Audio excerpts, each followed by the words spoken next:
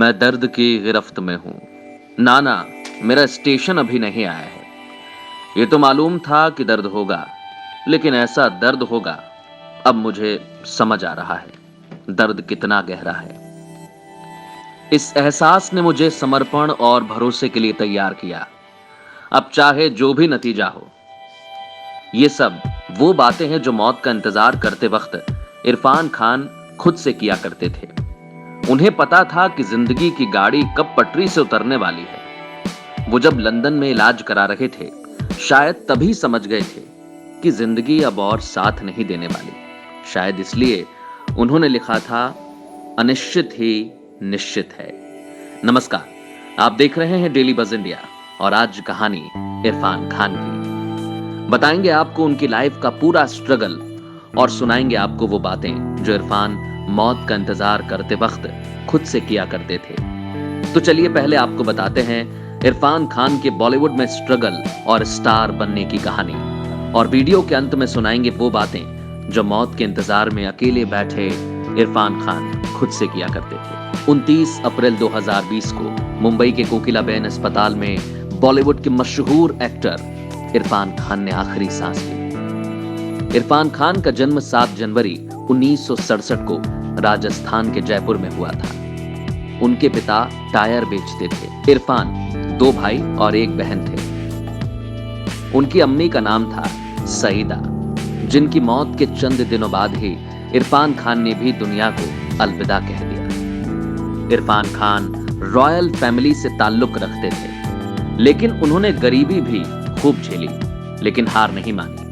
वो अपनी मेहनत और लगन से वहां तक पहुंचे जहां पहुंचने की तमन्ना हर कलाकार की होती है। इरफान खान का पूरा नाम था साहबजादे इरफान अली खान, जिसे उन्होंने छोटा करके इरफान खान कर दिया।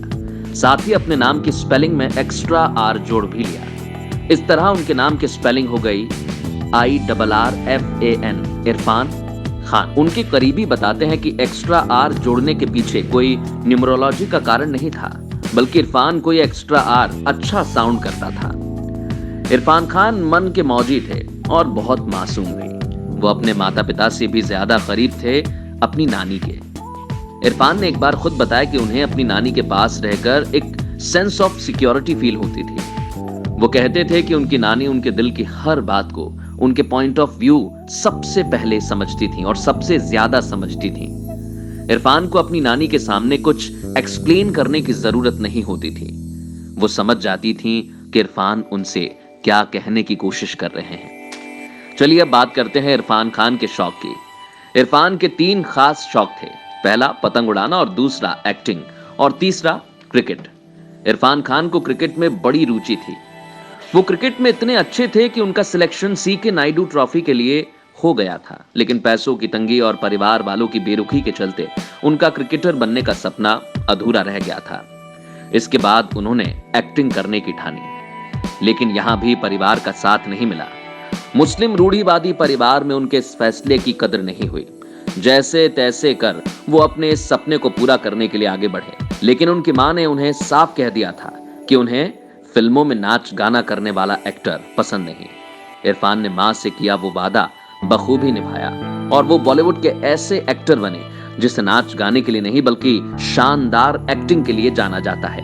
इरफान खान जब मुंबई में स्ट्रगल करने के लिए आए तो उनके पास इतना पैसा नहीं था कि वो गुजर बसर कर सके, तो वो AC मैकेनिक बन गए। बच्चों को ट्यूशन भी पढ़ाया। AC मैकेनिक के तौर पर इरफान खान मुंबई के जिन घरों में गए उनमें एक घर सुपरस्टार राजेश खन्ना का भी था। जरा सोचिए कि एक ऐसा एक्टर जिसने बॉलीवुड ही नहीं बल्कि हॉलीवुड में भी अपना रुतबा बनाया, वो राजेश खन्ना के घर में था और AC ठीक कर रहा था। खैर, इरफान खान के करियर पर लौटते हैं। उन्होंने एक्टिंग करियर की शुरुआत तो टीवी से की, लेकिन उनकी पहली फिल्म थी सलाम बॉम्बे, जो साल 1988 में रिलीज हुई थी। पहली फिल्म में ही इरफान खान ने अपनी एक्टिंग का लोहा मनवा लिया था। मीरा नायर के निर्देशन में बनी इस फिल्म में इरफान खान ने लेटर राइटर का रोल अदा किया था। सलाम बॉम्बे को एकेडमी अवार्ड में बेस्ट फॉरेन लैंग्वेज फिल्म के लिए नॉमिनेशन मिला था। देश विदेश में सलाम बॉम्बे को कई सारे अवार्ड मिले थे। इरफान खान ने कई सुपरहिट फिल्में दी थी, जिनमें हासिल, कसूर, पीकू, द नेमसेक, गुमनाम, गुनाहर, कसूर, रोग, life of pi, Hindi medium, blackmail, कारमा, पान सिंह तोमर, करीब करीब सिंगल, स्लम डॉग मिलीनियर जैसे नाम शामिल हैं। 29 अप्रैल 2020 को आखिरी सांस लेने से पहले इरफान खान ने 85 से ज्यादा फिल्मों में काम किया। इरफान खान आखिरी बार 2017 में आई फिल्म हिंदी मीडियम के सीक्वल अंग्रेजी मीडियम में पर्दे पर नजर आए। और अब अंत में आपको छोड़ जाते हैं इरफान खान की उस चिट्ठी के साथ जिसमें उन्होंने बहुत भावुक बातें लिखी। कुछ महीने पहले अचानक मुझे पता चला कि मैं न्यूरो एंड्रोक्राइन कैंसर से ग्रस्त हूं। मैंने पहली बार यह शब्द सुना था। खोजने पर मैंने पाया कि मेरी इस बीमारी पर बहुत ज्यादा शोध नहीं हुए, क्योंकि एक दुर्लभ शारीरिक अवस्था का नाम है और इस वजह से इसके उपचार की अनिश्चितता ज्यादा है। अभी तक अपने सफर में मैं तेज मंद गति से चलता चला जा रहा था। मेरे साथ मेरी योजनाएं, आकांक्षाएं, सपने और मंजिलें थीं। मैं इनमें लीन बढ़ा जा रहा था कि अचानक टीसी ने पीठ पर टैप किया। आपका स्टेशन आ रहा है, प्लीज उतर जाएं। मेरी समझ में नहीं आया। ना, मेरा स्टेशन अभी नहीं आया है। जवाब मिला, अगले किसी भी स्टॉप पर आपको उतरना होगा, आपका गंतव्य आ गया है। अचानक एहसास होता है कि आप किसी ढक्कन की तरह अनजान सागर में अप्रत्याशित लहरों पर बह रहे हैं।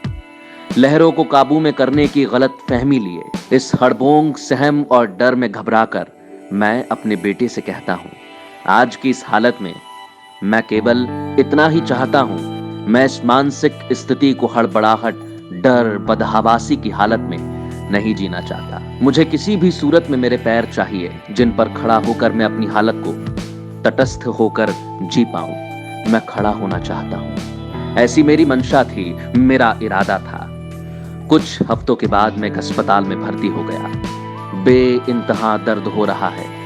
यहां तो मालूम था कि दर्द होगा, लेकिन ऐसा दर्द, अब दर्द की तीव्रता समझ में आ रही है। कुछ भी काम नहीं कर रहा, ना कोई सांत्वना, ना कोई दिलासा। पूरी कायनात उस दर्द के पल में सिमट आई थी। दर्द खुदा से भी बड़ा और विशाल महसूस हुआ।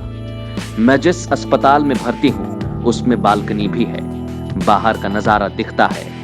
कोमा वार्ड ठीक मेरे ऊपर है। सड़क की एक तरफ मेरा अस्पताल और दूसरी तरफ लॉर्ड्स स्टेडियम। वहां विवियन रिचर्ड्स का मुस्कुराता पोस्टर है, मेरे बचपन के ख्वाबों का मक्का।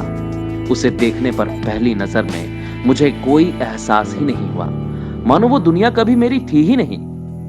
मैं दर्द की गिरफ्त में हूं। और फिर एक दिन यह एहसास हुआ जैसे मैं किसी चीज का हिस्सा नहीं हूं जो निश्चित होने का दावा करे, ना अस्पताल और ना स्टेडियम। मेरे अंदर जो शेष था वो वास्तव में कायनात की असीम शक्ति और बुद्धि का प्रभाव था। मेरे अस्पताल का वहां होना था। मन ने कहा, केवल अनिश्चितता ही निश्चित है।